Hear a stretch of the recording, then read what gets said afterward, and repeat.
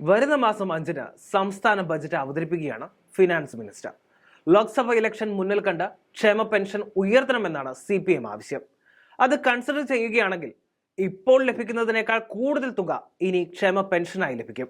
ഇതോടെ നമ്മുടെ ഓരോരുത്തരുടെയും കുടുംബത്തിലുള്ള 60 വയസ്സ് കഴിഞ്ഞ വാർദ്ധക്യം ബാധിച്ചതിന്റെ പേരിൽ ആരോഗ്യക്കുറവും രോഗങ്ങളും മാനസികാരോഗ്യവും കുറഞ്ഞവർക്ക് ഈ വാർത്ത അല്പസമയം സന്തോഷം നൽകിയേക്കാം. യഥാർത്ഥത്തിൽ കഴിഞ്ഞ 5 മാസമായി ഇവർക്ക് പെൻഷൻ മുടങ്ങിയിട്ട് അത് കൃത്യമായി കൊടുക്കാത്തത് കൊണ്ട് തന്നെ എത്ര രൂപ വേണമെങ്കിലും വിജയൻ സർക്കാരിന് കൂട്ടാം. 900 കോടി രൂപയോളമാണ് ഒരു മാസം ക്ഷേമ പെൻഷൻ കൊടുക്കുവാനായി ആവശ്യമുള്ളത്.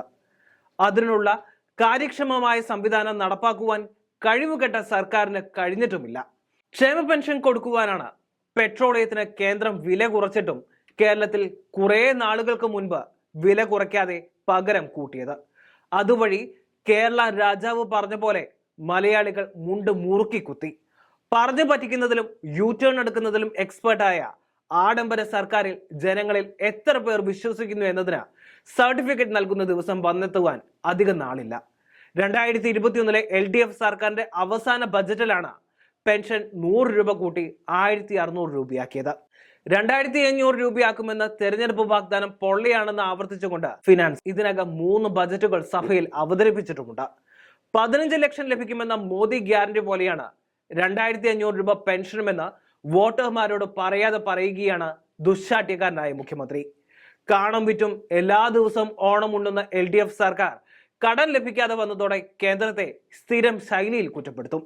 എല്ലാവരോടും ചിലവ് ചുരുക്കുവാൻ പറഞ്ഞിട്ട് അങ്ങനെ കിട്ടുന്ന അധിക തുക കൊണ്ട് ഒരു ഉളുപ്പുമില്ലാതെ ജീവിക്കുന്ന കൊട്ടാര മന്ത്രിമാർ രാജകോപം ഭയന്ന ആർഭാടത്തിൽ ആർത്തിയോടെ ജീവിച്ചു കൊണ്ടിരിക്കുകയാണ്.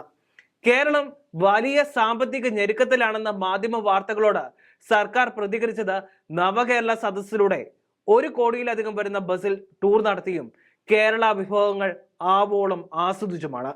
ഓരോ ഫയലും ഓരോ ജീവിതമെന്ന് പറഞ്ഞ് കയ്യടി വാങ്ങിയവർ ആ ജീവിതങ്ങളെ പരിഹസിക്കുകയാണ് ചെയ്തതെന്ന് ജനങ്ങളുടെ പരാതികളുടെ പരിഹാരങ്ങളിലൂടെ തുറന്നു കാട്ടി. ഏറ്റവും മോശപ്പെട്ട സാമ്പത്തിക സ്ഥിതിയിൽ നിന്ന് തന്നെയാണ് എല്ലാം ശരിയാക്കുന്ന സർക്കാർ ബജറ്റ് അവതരിപ്പിക്കുന്നത്. 900 കോടി രൂപ വേണം ഒരു മാസം പെൻഷൻ കൊടുക്കുവാൻ. ഒരു മാസത്തെ കേരള ടൂറിന് ബസ് വാങ്ങുവാൻ 1 കോടി രൂപയല്ലേ ആവശ്യമുള്ളൂ. ഈ 1 കോടി രൂപ കൊണ്ട് പെൻഷനോ അല്ലെങ്കിൽ ജനങ്ങളിൽ കുറച്ചു പേരുടെയെങ്കിലും ദിനം പ്രതി അത്യാവശ്യങ്ങൾ നിറവേറ്റുവാനോ സാധിക്കില്ല. പിന്നെ ആ തുക ടൂറിനായി ചെലവഴിച്ചാൽ എന്താണ് കുഴപ്പമെന്ന ഒരു പ്രത്യേക സാമ്പത്തിക സിദ്ധാന്തം അവതരിപ്പിക്കുവാനും ക്യാപ്സുൽ രൂപത്തിൽ അണികൾ അത് അപ്പാടെ വിഴുങ്ങുവാനും തയ്യാറായതിനാലാണ് അടിമാലിക്കാരി മറിയക്കുട്ടിയെ പോലുള്ള പ്രതികരണ ശേഷിയുള്ളവർ മുന്നോട്ട് വരുന്നത്. എനർജറ്റിക് ജനറേഷൻ ഇതെല്ലാം കണ്ട് സോഷ്യൽ മീഡിയയിൽ പ്രതികരിക്കും. ആ പ്രതികരണങ്ങൾ അവിടെ അവസാനിക്കുകയാണ്. അതിലുപരി നമ്മുടെ സിസ്റ്റം തെറ്റാണെന്ന് മുഖാമുഖം തുറന്ന് സംസാരിക്കുവാൻ കഴിയാതെ പ്രതികരിക്കാതെ കേരളം വൃദ്ധസദനമാക്കി മറ്റു രാജ്യങ്ങളിലേക്ക് ചേക്കേറിയിട്ട് എന്ത് കാര്യം?